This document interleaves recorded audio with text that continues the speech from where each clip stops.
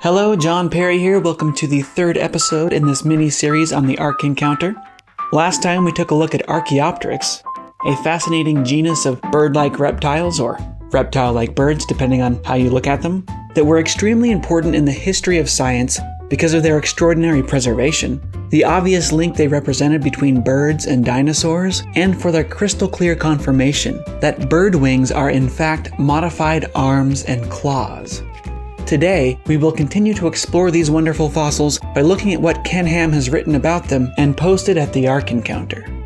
Here, I will act as Ken Ham's science teacher. I have a copy of what he has written, and I will grade it as if it were a homework assignment for science class. Will he get a B-, a C+? Will Ken Ham get a solid A?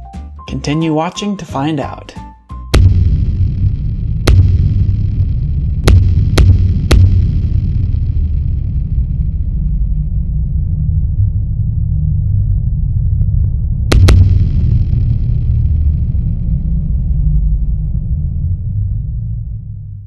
Alright, here we go. This is our third episode on the Ark Encounter, our second episode about Archaeopteryx. And for those of you that have been following along so far, and if you haven't been, I highly recommend you watch at least the last one, you now know a lot about this fossil genus known as Archaeopteryx. And with this knowledge, when we look at what Ken Ham has written about Archaeopteryx, it will become very clear to you that Ken Ham has carefully worded each one of his sentences to really...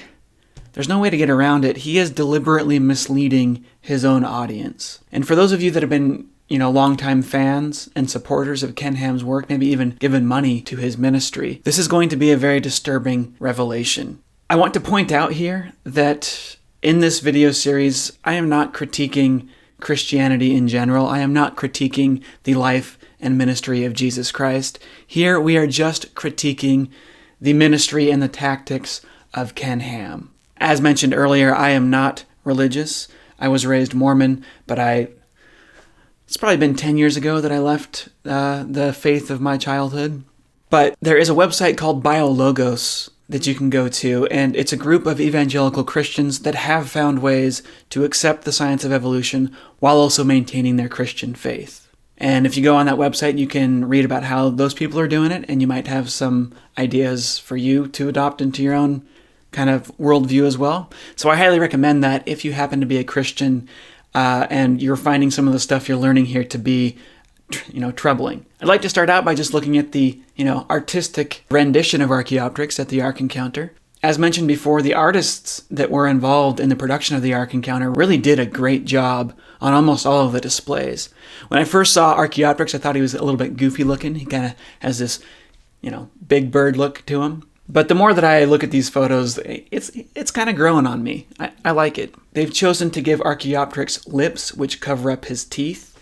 And that actually might have been how Archaeopteryx was in life. We don't know for sure. There's never been a really good study on lips of Archaeopteryx. There has been a study on lips in Tyrannosaurids. It's fairly recent, and there's only been one of them that I know of. And they determined that T-Rex and his kin did not have lips, that they probably sealed their mouths shut in a similar way to crocodiles. But that's just one study, and that's only on Tyrannosaurids. So for Archaeopteryx and other animals, maybe they did have lips, lizard lips. The feathering on the hands is probably a little bit off. I happen to have a surprisingly in-depth knowledge on the feathering of Archaeopteryx hands because a few years back, Howard Hughes Medical Institute hired me to do a model of an Archaeopteryx wing for them, and so I read through all the literature. And we think that the middle finger was actually more covered up with feathers than they have in their model at the Ark Encounter, but that's a really common thing in museums to have that a little bit wrong. The tail, however, was, at least in these photographs, seems to be dramatically wrong. And I can't tell if that's just because of the weird angle that I took this picture. I don't remember paying attention to this when I was actually at the Ark Encounter. Again, remember, Archaeopteryx had a long reptile-like tail with feathers sticking out of the side of each tailbone, whereas modern birds have what's called a pygostyle. It's a fused bone. It's several vertebrae fused together to create a little nub, and feathers stick out from that. And it looks like the way that they built this Archaeopteryx is they built him with a pygostyle instead of a reptilian tail. It looks like that from this photo. I don't know if that's actually true, but if that is true, then they did it wrong. As far as coloration goes, There's a paper out right now that says that Archaeopteryx was probably completely black. And the way that people figured this out is that they zoomed in on a feather and they found these little microstructures that look similar to pigments that we find in modern birds. And those pigments resemble black pigments in modern birds. And so the people that did this research have concluded that Archaeopteryx was black, or at least part of one of his feathers that they looked at was black. Now, there is, if you talk to paleontologists such as Phil Manning, for example, who also study coloration in ancient animals, they'll say that this is actually a pretty sketchy conclusion. Those structures that have been interpreted as pigment structures, those actually might be fossilized bacteria. And so I would say that the color of Archaeopteryx is still pretty much up in the air. A green Archaeopteryx is, I like it. They made him kind of cute and approachable. I'm fine with that. But now we get to the content written by Ken Ham. Here is a photograph of the display on Archaeopteryx, and here I've taken the liberty of writing it out in middle school homework assignment style. And I'm going to grade this as if I were Ken Ham's middle school science teacher. So if you look at what he's written, he makes 10 statements that you could consider to be scientific statements, 10 truth claims. What I'm going to do is I'm going to look at each one of these claims independently, and if the claim is both accurate and not misleading, I'm going to give him a +1. If it is either false or misleading, I'm going to give it a -1. And before I do this, I should probably point out that when somebody says something that is actually completely false, it's possible that they're lying to you, and that's why they're saying things that are false. It's also possible that they're just confused. They don't know what the truth is. I tend to give people the benefit of a doubt and say, the statements that Ken Ham makes in this that are just absolutely false, I'm going to assume that it's because he's confused. But there are some things he's written here that are so carefully worded that they're actually not technically false, but they are extremely misleading. And to give you an example of someone doing this that's not, Ken Ham related, let's suppose that there's a guy, Jim, who is married, but he's developed a little crush for Elizabeth at his office. And his wife maybe has noticed this, and she's getting a little bit concerned. And one day he stays at the office late. Him and Elizabeth stay late, and they hang out and maybe have some drinks and do a little bit of flirting. When he gets home, his wife confronts him. "Did you go out with Elizabeth tonight?" And he says, "No, I didn't go out. I got held up at the office." Technically, what he's saying is true, right? He actually did get held up at the office. He's just withholding all of the information that's important. He did get held up at the office, but he got held up by his attraction to his coworker. You are going to see crystal clear that Ken Ham is using very carefully worded sentences so that he can technically not lie, but completely mislead his readers. This will be very, very clear to you when you see what he's written. He starts by saying this: "Long branded as a poster child of evolution, Archaeopteryx poses no difficulty for biblical creationists." So there's kind of two statements here. First is absolutely correct. I give Ken Ham a +1 for this first statement. Archaeopteryx has been long branded the poster child of evolution. And the reason for that is that Archaeopteryx was discovered right after Darwin published The Theory of Evolution in his book On the Origin of Species. So yeah, that first statement is absolutely true. The second statement, if Ken Ham is talking about biblical creationism in general, his second statement's actually not true. Many different creationist groups have struggled for a long time with Archaeopteryx. It's been kind of a thorn in their side, right? But I have noticed that Ken Ham, whenever he talks about biblical creationists, he's actually not talking about biblical creationists in general. He is talking about Hamanism. Hamanism is the special version of Christianity invented by Ken Ham. He didn't invent every single doctrine in it. He's taken a lot from other people. But he's the one that kind of organized this overarching version of Christianity where there's T-Rex on the ark and there's hyper-evolution after the flood. And I kind of see this statement as a doctrinal statement. He's saying that Within Hammonism, he, the creator of Hammonism, is declaring that Archaeopteryx poses no difficulty. And whatever. It's his religion that he's invented. If he wants to say that as one of his doctrines, I'm not going to criticize that. I'm going to say that this is just kind of scientifically irrelevant. We'll just ignore this second statement. So we got the first statement right. Second statement is scientifically irrelevant. Moving on. Even many evolutionary scientists now reject the idea that Archaeopteryx was a direct ancestor of modern birds, a fact that often remains unrecognized on a popular level. This statement is technically true, but extremely misleading. This is a very good example of, no, honey, I got held up at the office. The bit of information that Ken Ham has very carefully excluded from this sentence is the fact that every time we find an animal in the fossil record that is clearly related to animals that exist today, we never assume that they literally are the direct ancestors of the modern form. And to help you understand why this is, it's helpful to think of an evolutionary tree that you might be more familiar with, your very own family tree. Let's suppose for a moment that you have never met any of your relatives on your father's side, but somehow one of your cousins learned about your existence, sent you a letter and said, hey, there's going to be a huge family reunion. All of our extended family is going to be there. Come meet us all. We'd love to meet you. So you go to the party, and when you first get there, you see this guy who looks kind of like you, and he's old enough to be your grandfather. Now, you could assume that he is your grandfather. Maybe he is, in fact. But that would not be a safe assumption, because your grandfather might have brothers, and your grandfather might have cousins. And so even though he is the right age, and even though visual cues are telling you, yes, this probably is my grandfather, you cannot safely assume that this is in fact the case. When we look at organisms in the fossil record, unless there's been DNA that's been preserved, all we have are visual cues. That's the only thing we have to go by. And because of that, we can never assume with 100% certainty that the organism we're looking at is the direct ancestor of a modern organism. Because of this, every time you look at an evolutionary tree in a textbook that includes fossil organisms, here we have Tiktaalik, which is a transitional form between fish and amphibians. Notice that Tiktaalik actually has his own branch in this evolutionary tree, and the scientists have drawn a branch that goes down, meets at a node, and then goes forward to a more amphibian-like organism. We do this because we cannot say with certainty from visual cues alone that Tiktaalik actually gave rise to modern amphibians. Instead, it might have been a close relative of Tiktaalik that actually gave rise to modern amphibians.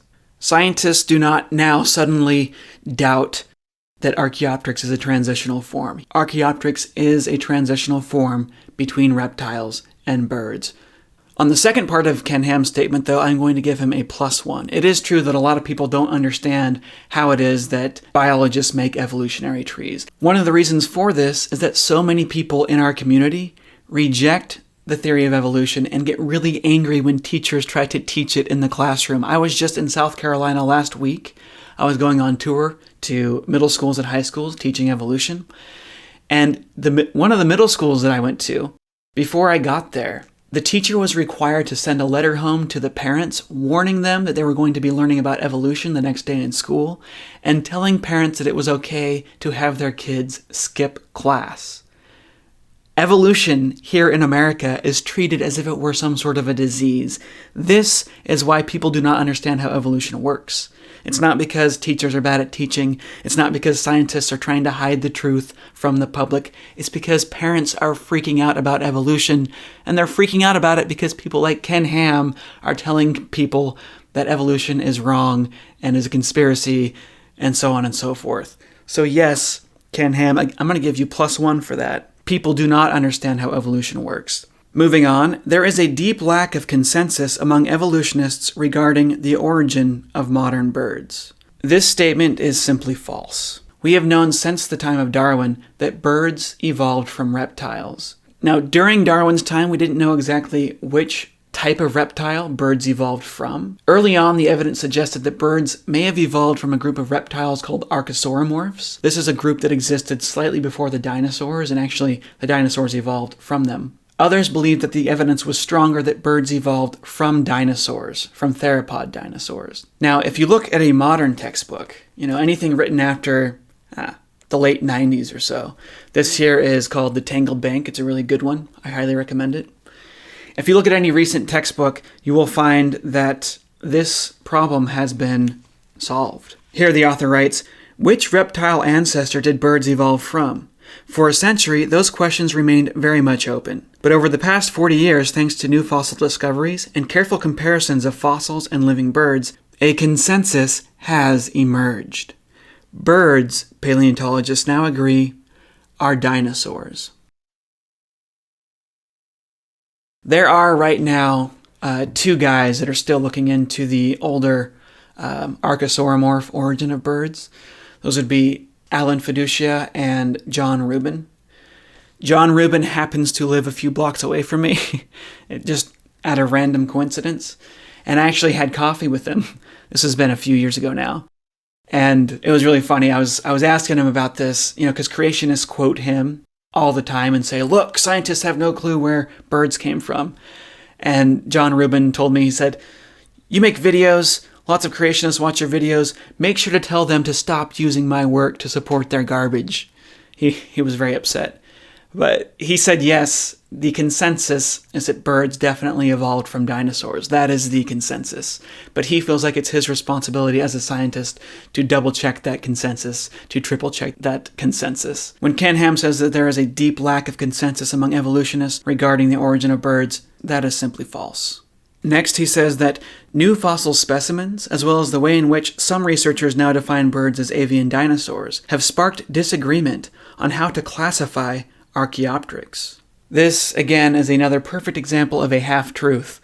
No, honey, I got held up at the office. The way that he has worded this, it makes it sound like scientists are confused about what Archaeopteryx is.